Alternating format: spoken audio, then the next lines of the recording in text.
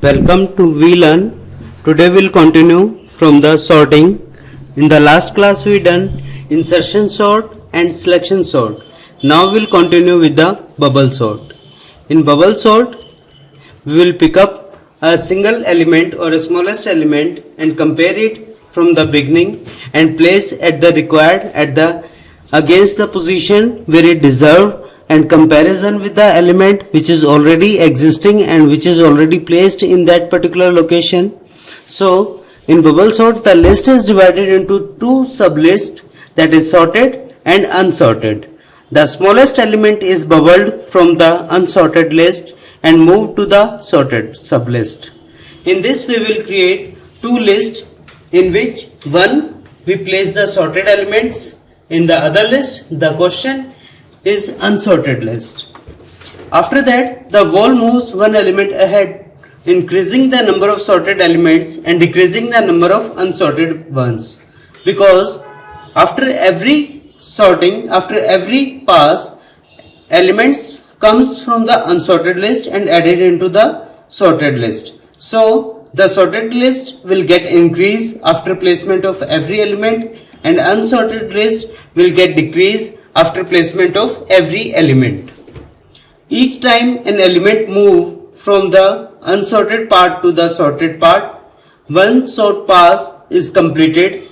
Given a list of n elements, bubble sort require up to n-1 passes to sort the data, because we are assuming and taking the initial element is sorting place, where we place the shortest or smallest element at the first position. So if we start from the beginning and from the first place, then we can have the n-1 remaining list. So continue with the bubble sort. This is an example for bubble sort. At the first level we have the original list, or you can say a single list which is unsorted. In this we pick up the smallest element, that is the bubble one. We can say the bubble that element which is the smallest in the available list. So there is the bubble is 8, which comes in up to placement of the, or to comparison to the remaining elements which are available in the list. First, this element compare with the first position and the placement of this element to at this position, and all the elements shifted to the next position. So at this level we have the two sorted two lists. One is unsorted, that is represented in a white portion, and the highlighted portion is sorted list. Now we will search the another bubble element, or you can say another smallest element, which is 23, that is also added into the sorted list, that is the highlighted list. That is 8 and 23 are in sorted list, and the other remaining elements are in unsorted list. So now in the available list, the shortest or smallest element is 32, that should be compared with the other elements and placed at this position. So after every pass, the sorted list will get increases and the unsorted list get decreases, because the every element is coming from the unsorted list and added to the sorted list. Now in the remaining list, there is the 45 is the smallest element, and that is also added into this list, and the next is 56 and then 78. After first pass we will get the sorted list. In the bubble sort we also maintain the exchange and placement of the position of element from one place to another place, or you can say from the smallest element we will pick it up and place into the another new list, and this process will continue till we get the sorted list. Now the next is the algorithm for bubble sort. In this we will start with the bubble sort item A, which contains the array of list, or you can say the element of list. Int n is the number of elements are there. Boolean sorted false.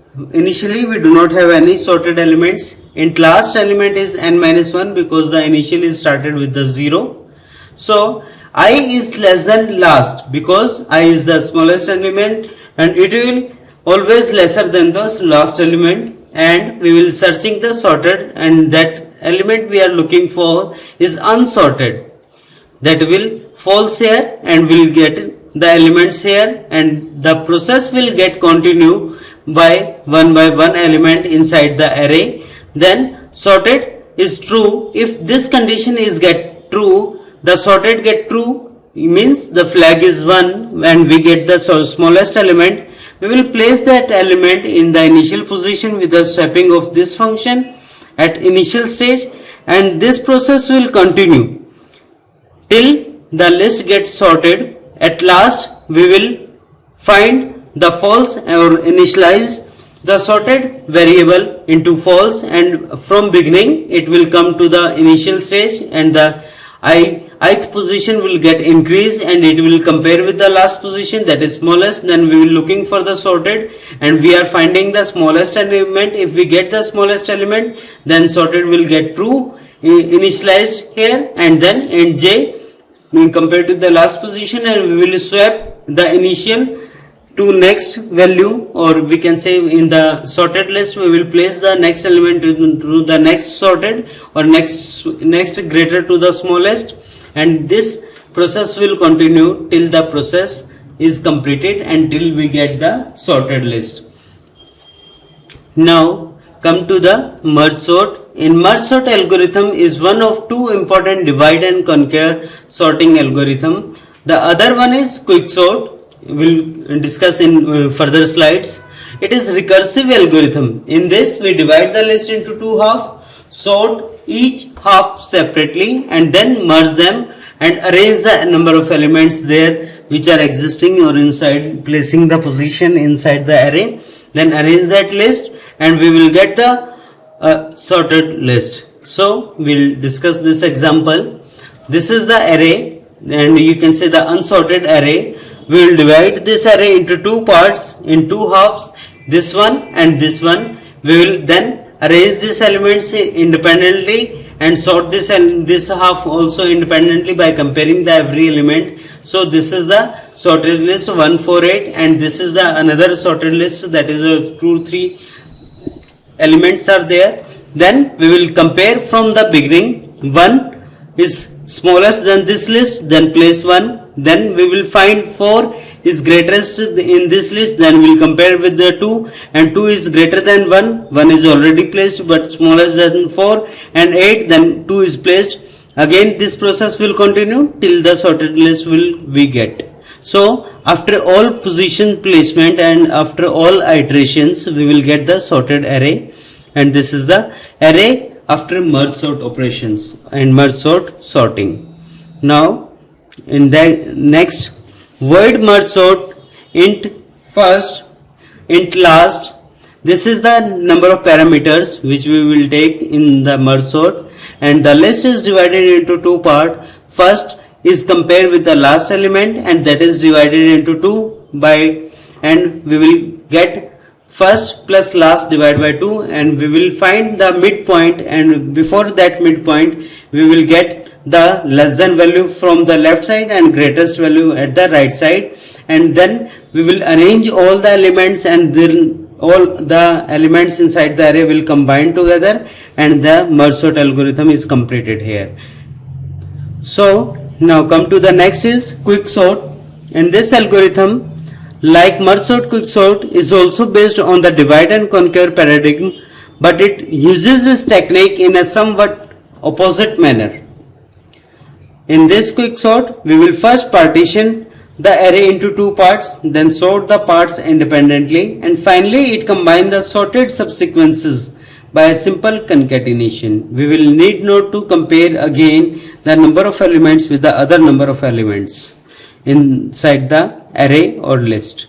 Now this is our logical explanation, that is the whole list. If we assume this is the whole list, then we will divide or finding the pivot index inside this, divide by 2 by adding the initial and ending point. Suppose we are having the first is the initial and last is the ending point.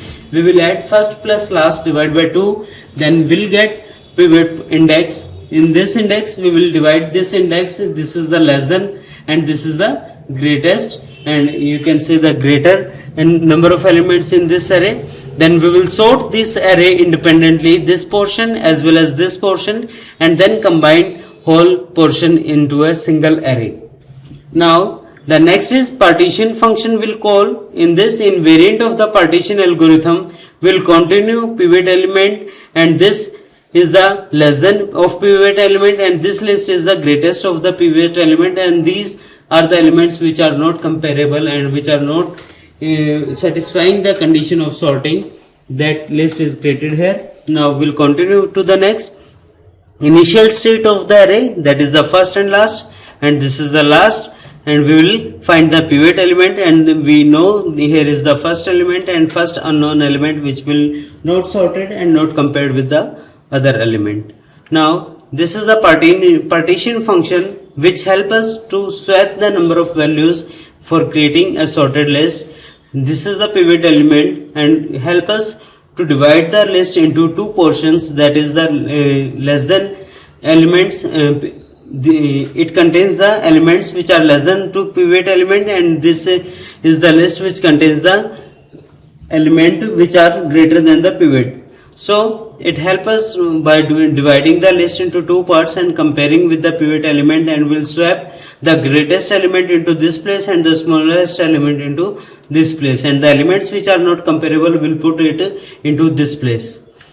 And this is the partition function where we divide the list into two parts, S1 and S2. After comparison and after swapping, we will get this kind of list, and we will merge that list in respect of pivot element. Greater elements as compared to pivot, we will put it on left side, and the smallest is put it on right side. Now this is the another example. In this pivot element is 27. We will start with 38 to 12, and this swapping function is called again and again and recursively. At last we will get the swapped sorted list, and that is this, and we will then place and will compare the pivot element to the list and place that pivot element into the sorted list, and then at last we will combine this sorted list. So we will sort the quick sort in this way. Next is radix sort. In radix sort algorithm, different than other sorting algorithm that we talked, it does not use key comparison to sort an array.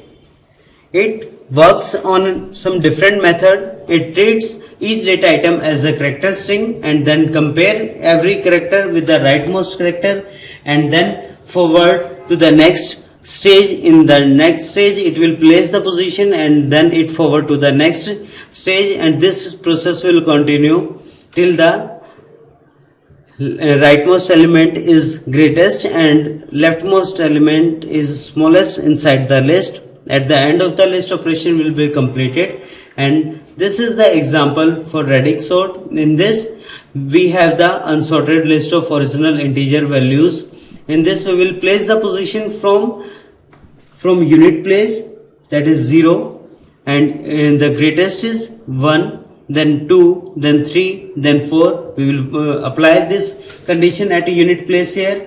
Then we have this sorted list. Then again we will apply this kind of sorting on the tens place, then 100th place, then 1000th place, and this process will continue till the list gets sorted. We'll start from first element like this. 0 placed at first position, this is also first, and the next one is 1, the next element is second, next is third, and this process will continue till the end.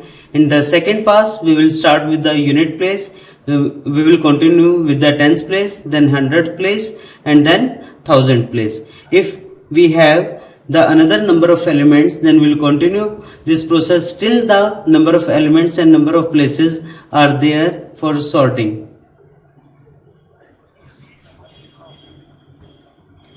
Now the radix sort analysis algorithm requires 2 into n into d moves to sort n string of d character each.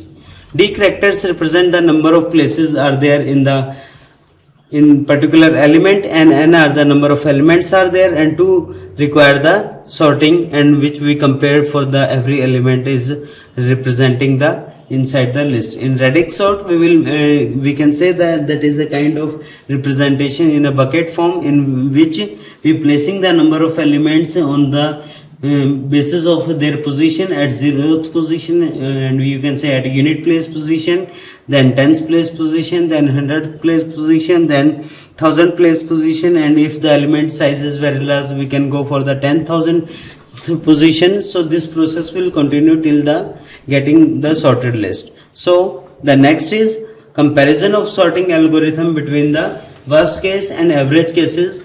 You can clarify the selection sort have the worst case scenario in the n square method, and similar to n square. This is the way by which we can divide the number of algorithm on the basis of their complexity, and this kind of complexity help us to know which kind of sorting effective in which cases, and on different kind of data same sorting cannot be applied. The sorting can work in different scenario and different way in different kinds of element. Always not the same algorithm can perform the same and constantly same performance or same average case and best case, but the thing is different. If we have the different kind of data, then the sorting complexity get differ in different scenario in different element cases. Next is shell sort. We can look at the list as a set of interleaved sublists. For example, the elements in the even locations could be one list and the element in the odd location the other list. In shell sort begins by sorting many small lists and increase their size and decrease their number as it continue. And it is in some kind or somehow similar to previous sorting, you can say radix sort, but in some manner it is different as compared to that. So we'll continue with the example. This is the shell sort. In this we will start from the beginning. The 4 passes of a shell sort are there. In the first pass we will start with the element comparison to every other comparisons to the other every element for sorting the elements. In this we have the number of list with the number of element. We will divide this list into number of sublist. In this we have the number of element. We have the 16 elements inside this list, and we will divide into 8 sublist, and in every list we will compare the element and we will arrange them into the same scenario. Here we will start from this and we will divide the total number of element by 2, that is 8. We will compare the first element to the 8th element, second element to the 9th element, and third element to the next element, and then apply the swapping on that. Then again we will divide the list into the 4 sublists. Here we will divide by 2, and here we will divide by the number of sublist to the number of element, and here the sublist is created on the basis of element in a 4 element in this list, and there is the 2 element in this list, and here we will get the 2 sublist in the 8 and 8 elements. These 8 elements, first, second, third, fourth, fifth, sixth, 7th, 8th, and the same 8th elements are in upper list. So we will compare all these elements to another one and then arrange all the elements in a particular order, and we will get finally the sorted array list. Now continue to the next type of sorting. In this, the set of increment used has a major impact on the efficiency of shell sort, and their complexity is come into the exponential form. So now the next is the process of finding the order of their shell sort ordering. In this we will calculate then on the basis of number of element we have and number of passes we use inside this representing the hashing functions, in which we will compare the number of element. This represent the number of element we have, and we will put it here and will continue to the next ordering. And this is the radix sort. This sort is unusual because it does not directly compare any of the element, because we divide the number of element into number of sublist, and then again going to merge the number of element into the other list, and the sublist is getting increased, and at last we will get the final list, and that is the sorted list. We instead create a set of buckets and repeatedly separate the elements into the buckets. On each pass we look at a different part of the elements. In radix sort, assuming decimal elements and 10 buckets, we will put the elements into the bucket associated with its units, digits, and the second, the buckets are actually queues, so the elements are added at the end of the bucket and the end of the list. At the end of the pass, the buckets are combined in increasing order. That's why we will get the finally sorted list. On the second pass, we separate the element based on the tens, digit, and 1/3 places. On that basis, we will combine them at the last and final bucket. And this is the another example if we want to divide that into the number of elements, and that is the shells radix sort part which we discussed in the previous slides.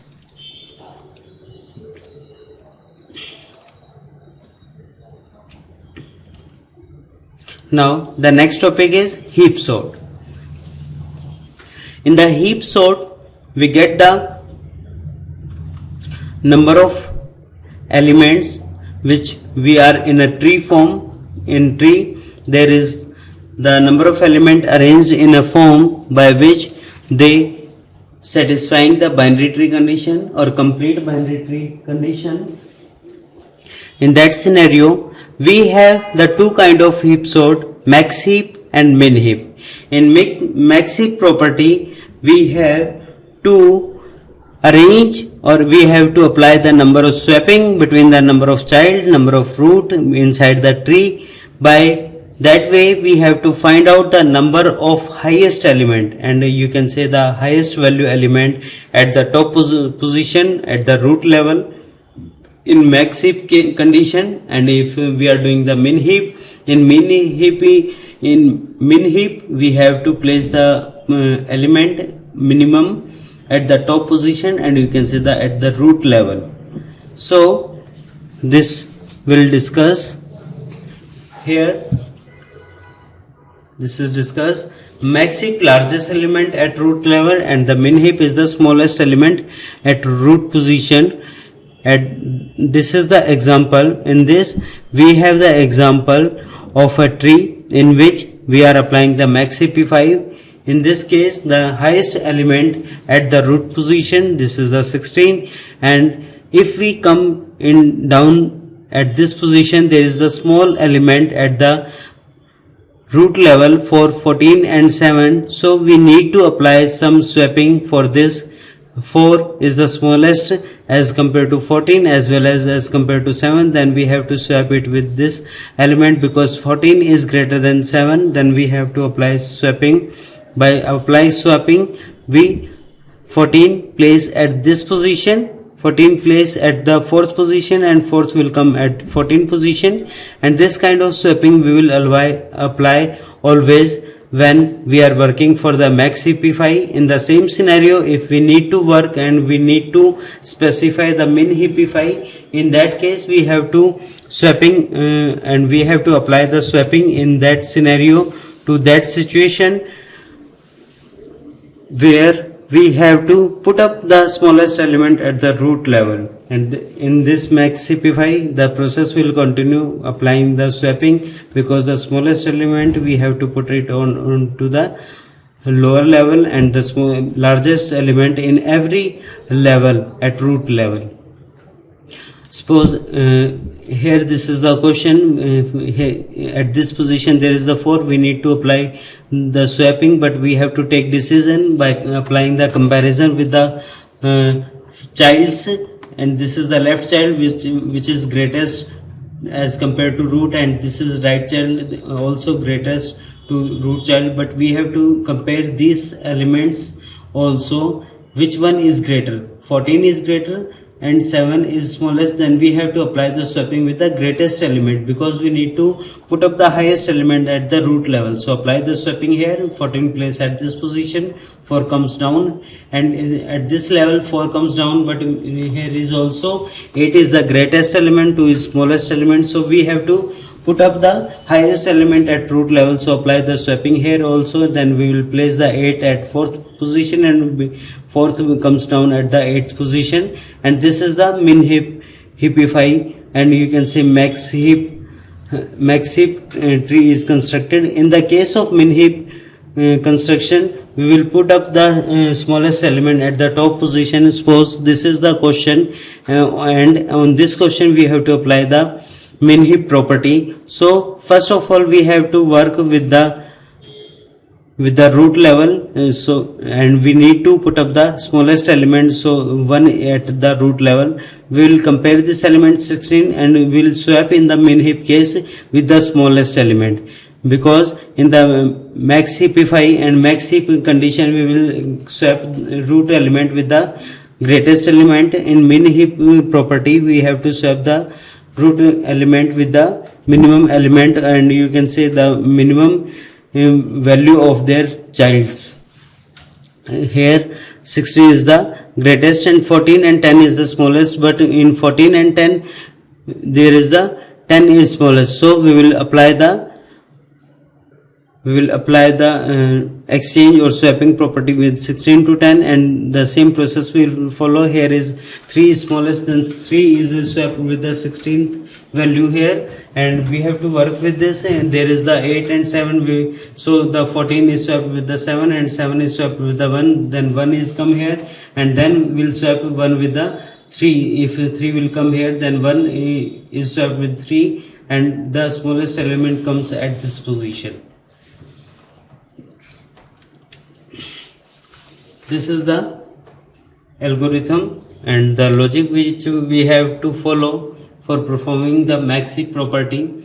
In the left we have the child, and in the right we have the child, and we have to need to compare the which one is the largest element, and we need to compare the largest element with the root node and then apply the swapping property. So there is the 4 is the smallest element, but we need to compare this element with their childs, that is the 14 and 7. We have to compare these elements to each, which one need to swap. Then 14 is the greatest element, then apply the swapping with 14 to 4. So this same process is follow here, and at last the max heapify properties get satisfied and the max heap is constructed. This is the condition. In the max heap is worked on that scenario, and the final result is this: the maximum element at that root position, and same way this is the maximum element as compared to 9 and 3. This is the maximum element as compared to these number of nodes or number of childs or number of leaves available in this tree. Expand the max heap with the new element whose key is infinity. If we need to add up the new element, then we will put it as a infinity, and then we'll apply the element and we'll compare this element to the root node, then apply the swapping, then we'll compare with this and apply the swapping. Then 15 will come at this position, 14 will come at this position, and 7 will come at this position. The same process will follow at the last type of sorting or arrangement of element. And this is the comparison study of the algorithm between the time complexity, space complexity, and their average best and worst cases. This kind of arrangement can become in the examination for arranging the sorting and arranging the complexity in a smaller to greatest or greatest to smallest. So next is the definition of topological sort. In this kind of sorting, topological sort is a method of arranging the vertices in a directed acyclic graph as a sequence such that no vertex appear in the sequence before its predecessor. We will arrange the number of elements in such a manner the highest element will come at last and the smallest element will come at first. The predecessor element is smallest as the existing element, and the successor element is always greatest to the particular element. Before this apply the formal swapping, we will apply informal way, which one is greatest to which element. We will here start with this 202 is a code. In this case 20 greatest element for 202 is 233, and greatest from 233 is the 431, and greater for as compared to 431 is the 444. And same manner we will apply the swapping in this scenario, and at last we will get the sorted list of element. And this is the another example of sorting of the element. The following are all topological sort of the graph below. In this we have the number of ways, and the directed graph we have to apply the swapping on the cases of on the basis of their element position. A is the smallest, and the last element as comes in the alphabetical order, which one will come at the last position. This is the topological order traversal, in which we will start from the beginning and will directly uses the flow lines for the directed graph, and then represent the list in the particular arrangement of number of elements. Here is the degree is 0 because we are starting the visit to every vertex, and then we'll combine that particular vertex to the edges, and the remaining vertex are in unsorted way, and after every pass the sorted element get list will add it to the next element and mark to the sorted, and continue till the last element is get the greatest element. This is a kind of example. In this way we have a diagram, we have a kind of figure in which we have the number of sequences. On that basis we will write this in a particular order, in a particular sequence, then we'll mark the arrow or use the directed flow line, which one comes after and which one comes before. According to this, after A the B will come, and A can also apply for F, because after B it will go for F and it will go for next element in this way, because we have this is a kind of list. According to this list we have to mark the arrow inside this. Now the next is amortized analysis. In amortized analysis we have the number of variables and their values. By representing that values we have to follow the number of cases. Amortized cost of a sequence of operation can be seen as expense of a salaried person. In the similar manner, amortized analysis help us to identify the number of vertices, how much there, and how much cost is required for visiting the every vertex, and how much cost is required for visit the every edges without creating some hazards. And without any hazards we have to visit every node with the minimum costing. So the amortized analysis help us to define the number of variables and number of edges or vertices inside the sequence of visiting nodes, which we discussed in the previous sorting analysis in the tree max heap and min heap property as well. So amortized analysis help here.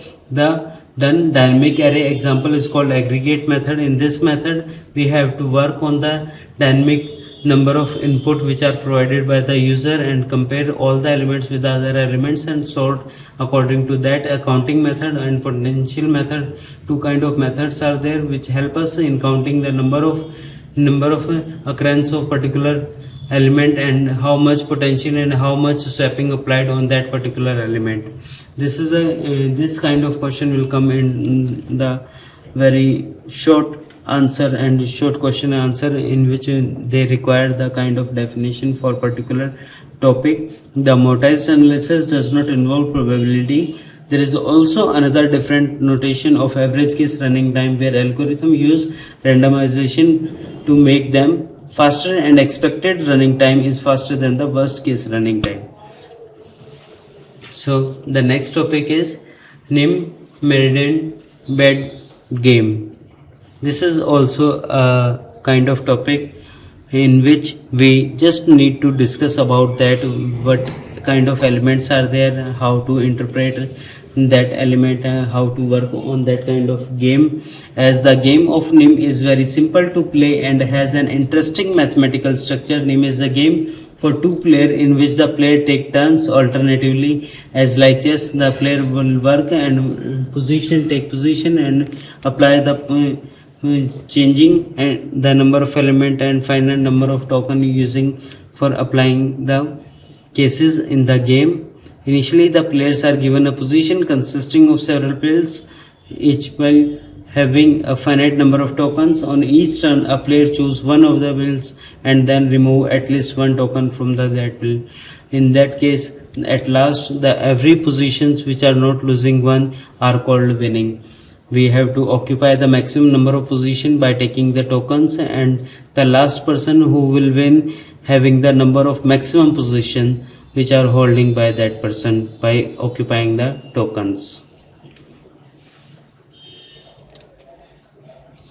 It is a variant of NIM game and it is played with matches. The rules of this game are similar to the NIM are given below.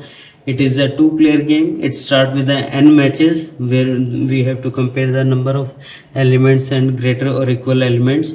The winner of the game is one who takes the last match, whosoever is left with no stick and loses the game, and the player which having the number of stick and number of position by occupying tokens will win this game. On the very first turn, up to n-1 matches can be taken by the player having the very first move, and at the last on the subsequent turns, one must remove at least one match and at most twice the number of matches picked up by the opponent in the last move.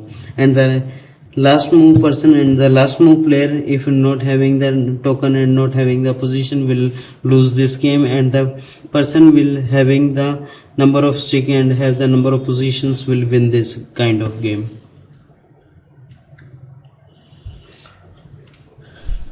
This is the another topic, that is a Starson matrix multiplication, in which it discusses the number of multiplication and number of additions. It reduces in a number of count in which it calculates the multiplication as compared to normal multiplication is lesser.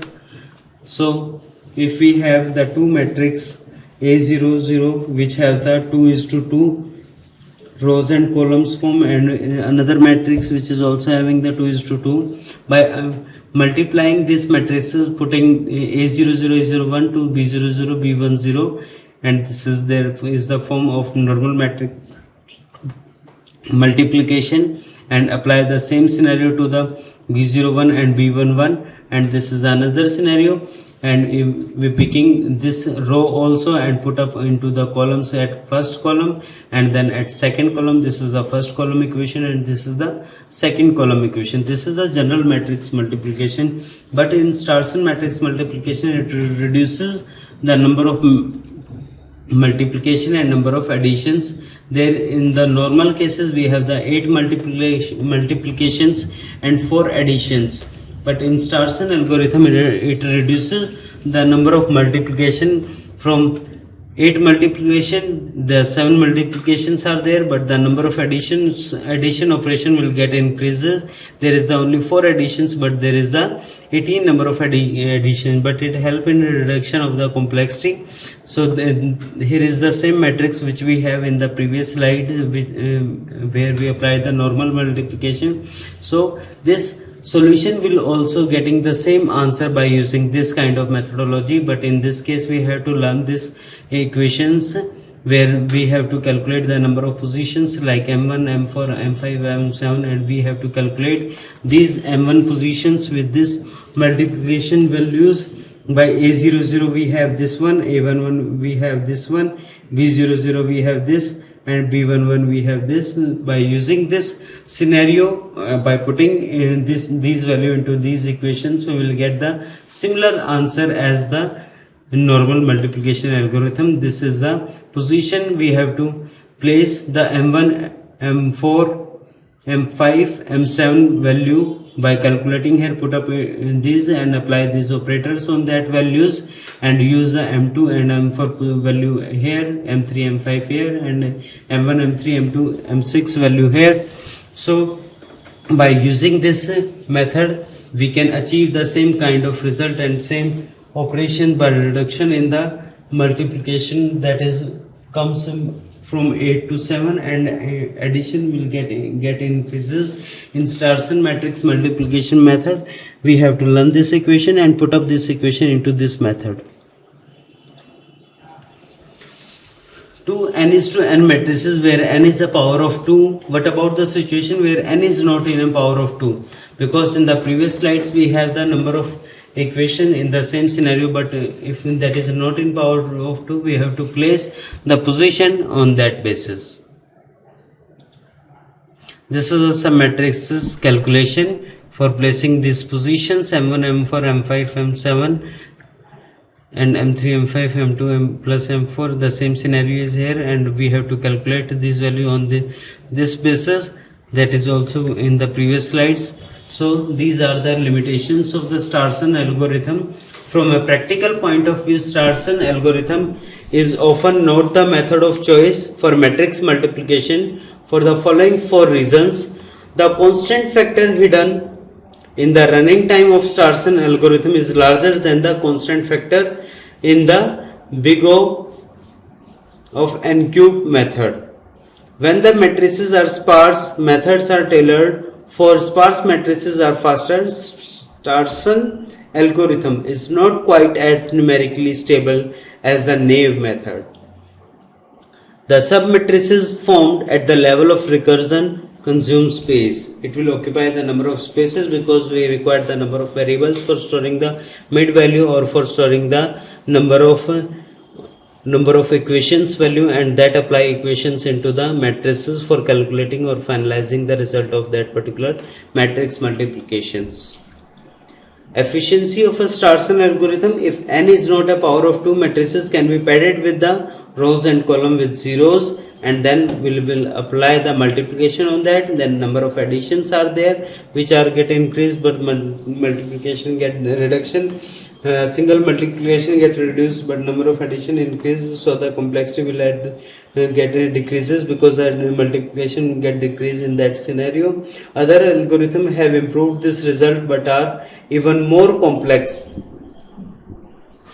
as compared to the other algorithms which are already developed for multiplication. So we can discuss here the Starson matrix multiplication algorithm is the algorithm which reduces the number of multiplication in the matrix multiplication, that is the 2:2. If the ratio is not 2:2 or more than to this, we will apply the padding of number of 0 inside this kind of algorithm. So come to the next is exponentiating by scaling is an algorithm used for the fast computation of large power of number of x.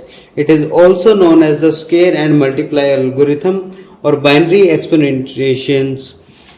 It implicitly uses the binary expansion of the exponent, in which the number of powers will get increases and exponent value will increase the complexity of the algorithm, and the scale is come at third or fourth position in the highest complexity if we compare to the other complexities existing into this. The smallest is the big of 1 and the largest is the exponent, and it can be in the cubic form of the particular algorithm complexity in that form.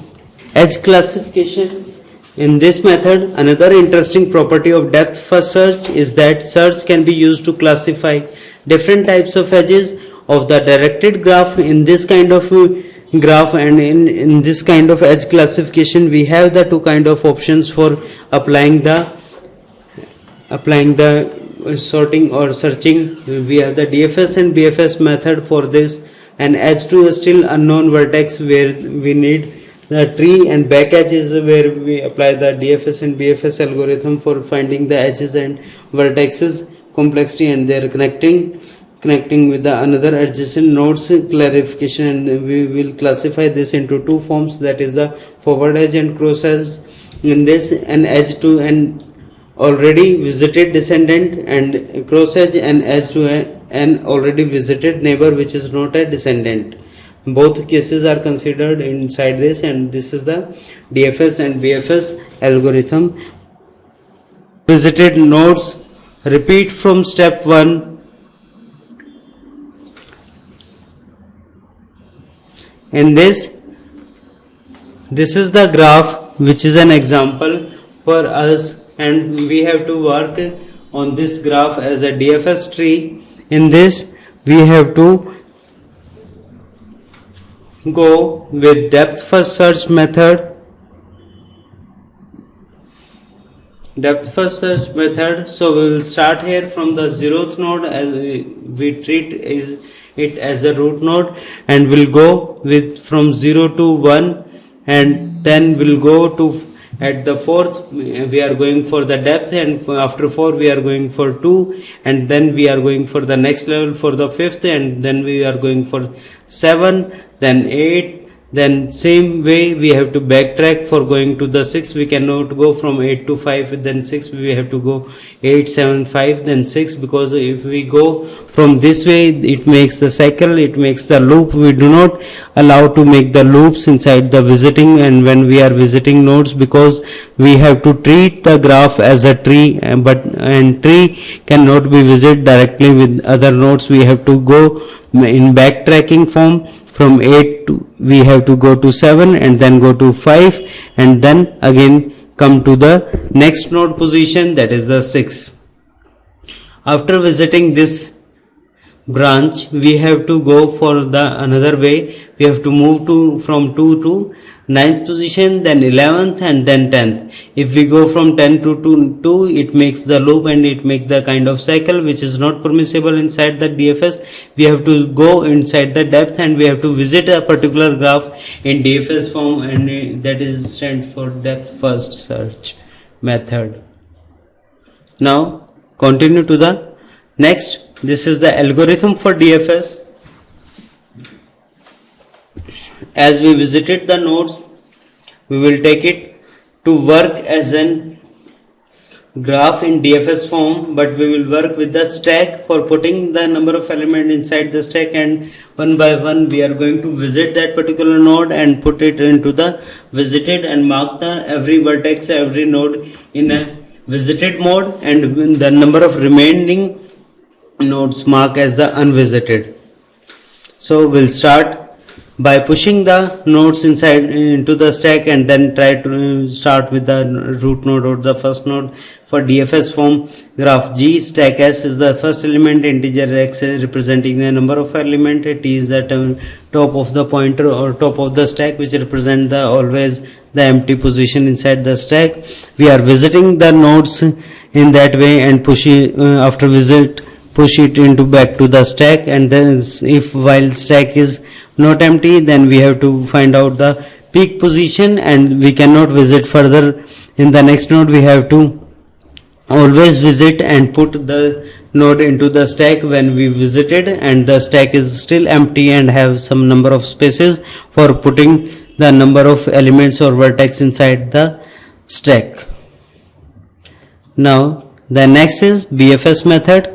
In this method, BFS follows the following rule: select an unvisited node X, and we have to start from that node which is not visited, and from the beginning we have to start the node X, visit it, have it be the root in a BFS tree being formed. Its level is called the current level. From each node Z in the current level in the order in which the level nodes were visited, visit all the unvisited neighbor of Z. The newly visited nodes from this level form a new level that becomes the next current level.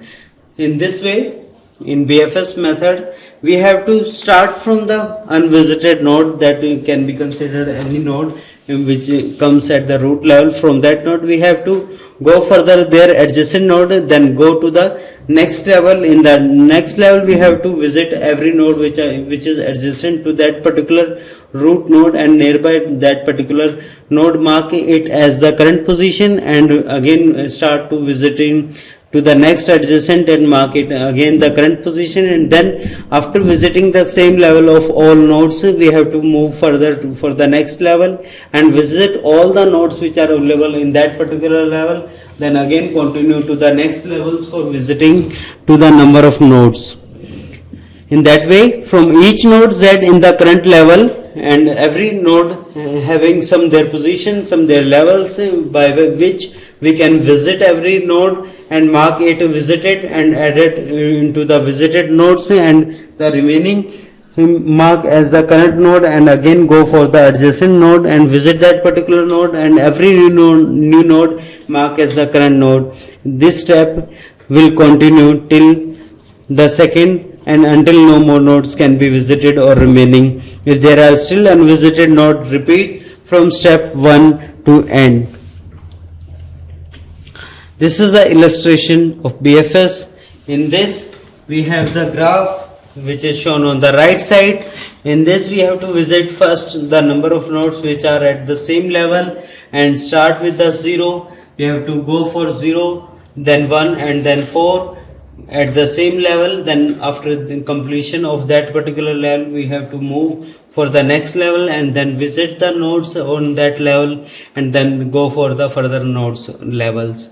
By following this number of node visiting, we have to work on that, and we have to go till the unvisited nodes are remaining to the next node, and mark every node is the current node. When we are visiting to the another node, that mark as the current node and finding the adjacent node in that level, and then go for the further nodes which are remaining at the next level. We will start here from 0, then go for the 1 and 4 which are at the same level at this angle, and then move further for the next level. We have the at next level for the next number of elements, that is the 2, and from by coming at this level 0 1 4 we visited, and when we go for the next level we come at second node. After reaching at this node we have to visit the nodes which are available at this level, that is the 9 and 10 and 5. After reaching and after visiting to this number of nodes, we have to backtrack to 11 and then backtrack to the second, and go for the next nodes and then visit the number of nodes which are connecting to this position, that is the 6, 7 and 8 which are directly connected to the 5, and this notation representing the BFS notation. And this is the pseudocode for the BFS. In this BFS method we will always follow the queue for representing, because we have to work with the BFS in which we have to put it the number of elements, and every element needs to mark as the current node and looking for the next further adjacent nodes, and after completion of visiting of the next adjacent nodes we have to add up that nodes into the unvisited nodes, and then again start with the particular current location or current new node to unvisited list, and after visiting the unvisited list all nodes mark as the visited, and that is added to the visited number of nodes that represent the BFS method as we discuss in this. So this is the kind of comparison between these two types of searching or visiting method of number of nodes. Depth first always work for the stack or recursion method is used in that kind of in that kind of searching or method, and in BFS it works always in queue. This is a very important question and it can be asked and it can be discussed in I think every field where DFS work and where BFS work. So this point is very important. We have to remember this point. DFS work for in the stack implementation and BFS implement in the queue implementation, and in this BFS can be used to find shortest path from the start vertex, can be used to find short alternating paths for matching.